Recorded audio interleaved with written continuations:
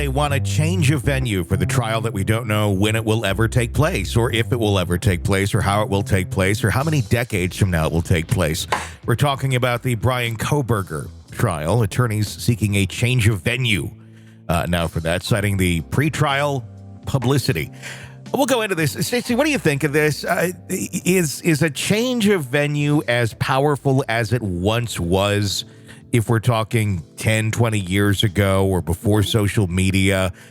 It feels to me like something this high profile, especially anywhere in the radius of Moscow, Idaho, is going to be quite a hot topic, as it is in most places in this country. Absolutely. And, even before social media, we had tabloids, and cases like this were splashed all over the tabloids. Mm-hmm. You'd see them while you're in the checkout line at the grocery store. So, yes, in the age of social media and 24-hour news, we are seeing these stories just plastered all over. I don't know that you can go to a venue where people wouldn't have heard about this trial or heard all of the salacious details before the trial even begins.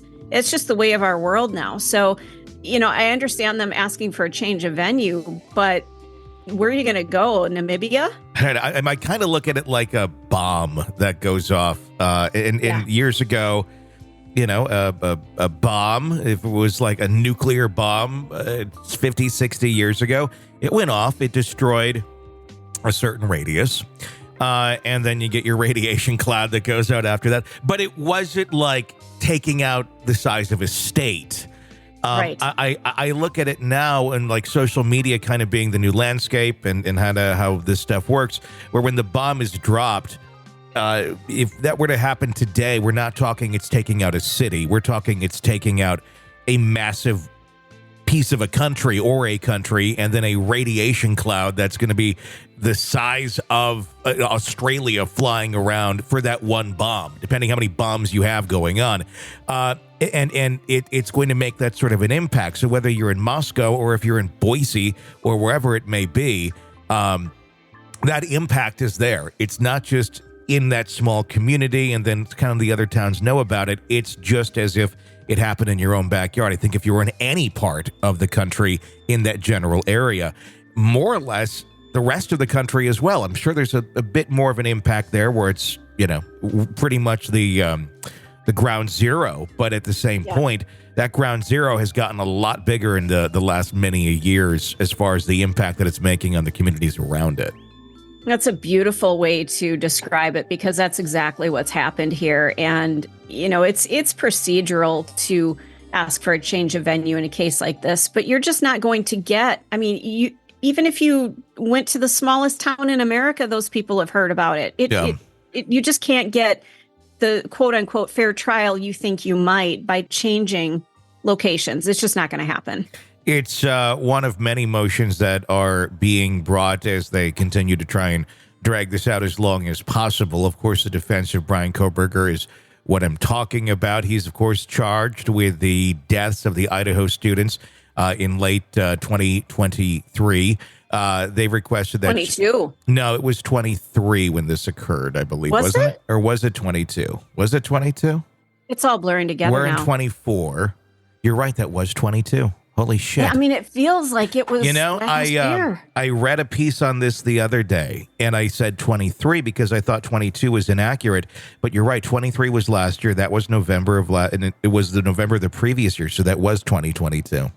Wow. It's just taking forever. It's just one thing after another. And what about a right to a speedy trial? I don't feel it happening. He waived it. He waived the right to a speedy trial a long time ago. I'm getting them all confused. So that's out now. It's pretty much, let's see what kind of magic Ann Taylor can come up with to extend this out, because, time does not heal all wounds, but it's certainly, if you're just kind of a member of the public and not necessarily the parent of someone who was executed by allegedly Bryan Kohberger, it makes it a little bit less impactful if you're just kind of a juror out there, but still very much an impact. But time is probably your best bet in something like this. She filed a motion this week asserting that her client cannot receive a fair trial in Latah County where the killings took place.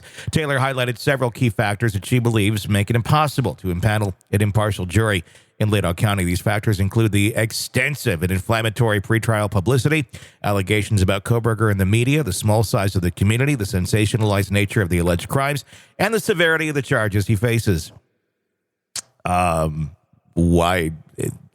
These are going to be wherever you go, whatever door you walk through. This is all going to be there.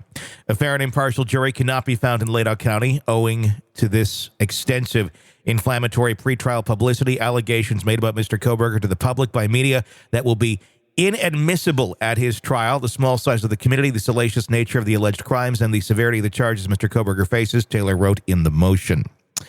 You know, on that count, though, something just popped into my head.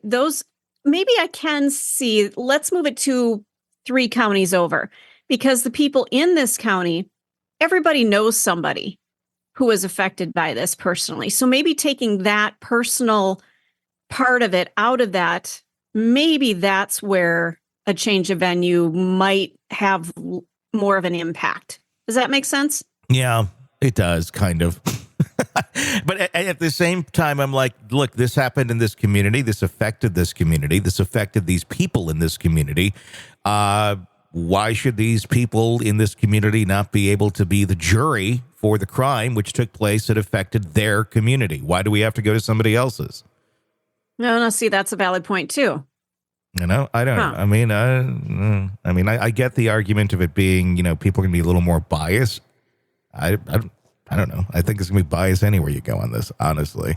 The whole part of jury selection is to make sure that you don't have somebody that has a direct relationship with these students or these families. And I would imagine you can probably do that, considering, a lot of these kids weren't from the area. They went to school there. But I don't know. There's 1,000 ways one could look at this, and Ann Taylor is doing her job of making this go extremely slow.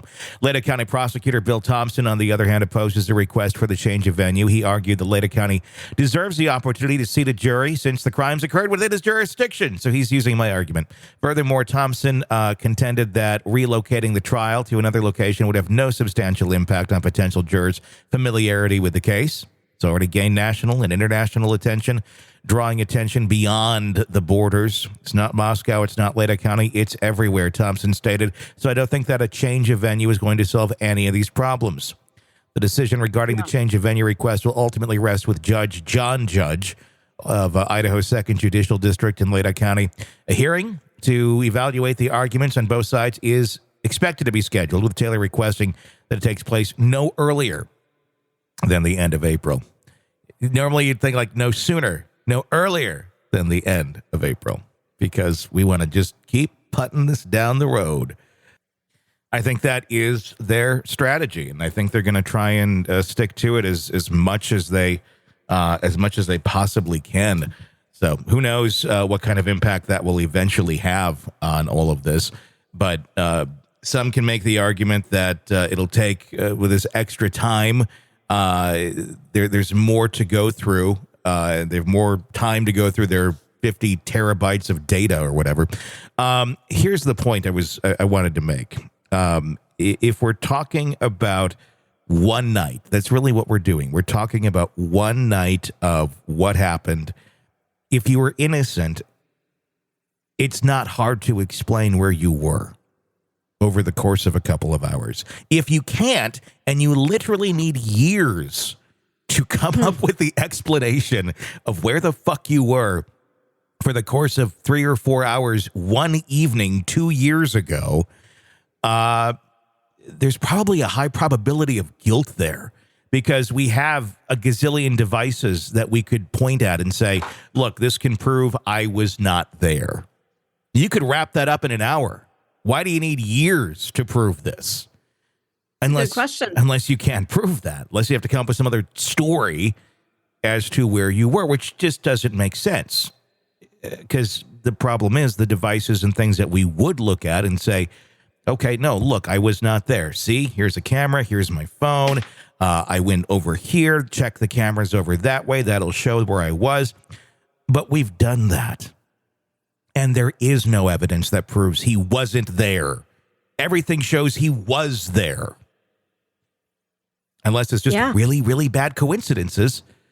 But maybe, I guess that's probably what they're battling, going, yeah, we have nothing that really show that you weren't there. All we have is stuff that shows that you were there. So we have to have a reason for you to be there. And this may take a few years to come up with some ideas. I feel like we're going to be in nursing homes by the time this goes to trial. We're going to be like sitting there with our walkers doing this podcast going, oh, I remember this case. And there he, I mean, I don't know what there's a lot of things they can hope for. They can hope for, something for this to get dismissed. Likely not going to happen by any stretch of the imagination, but stranger things have happened.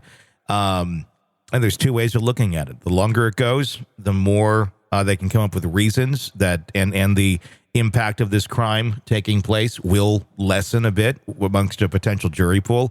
But at the same point, I think it can also be argued that it gives it far more time for the investigation to just make this even more solid than it already is. And technology. This is another thing I thought of the other day, too, with DNA technology. This stuff advances every year, a lot, every single year. So if you're going to make the bet that 2 or 3 years from now, the DNA technology hasn't improved dramatically again, you're an idiot. Because right now they're looking at some of these DNA fingerprints that they have and going, yeah, I mean, it's pretty solid with what we have right now, but the technology, it will get better. And it will. So there may be DNA fingerprints and information that are able to glean off of some of this stuff 2 or 3 years from now that they can't at this moment, which will point the finger even more at Kohberger if, in fact, he did do this. So I don't know that time is necessarily on the side of someone as much as it used to be for a strategy of an attorney, a defense attorney, like it is going on right here. Yeah, it's a really good point. So, just absurd. It's just time. It's just time.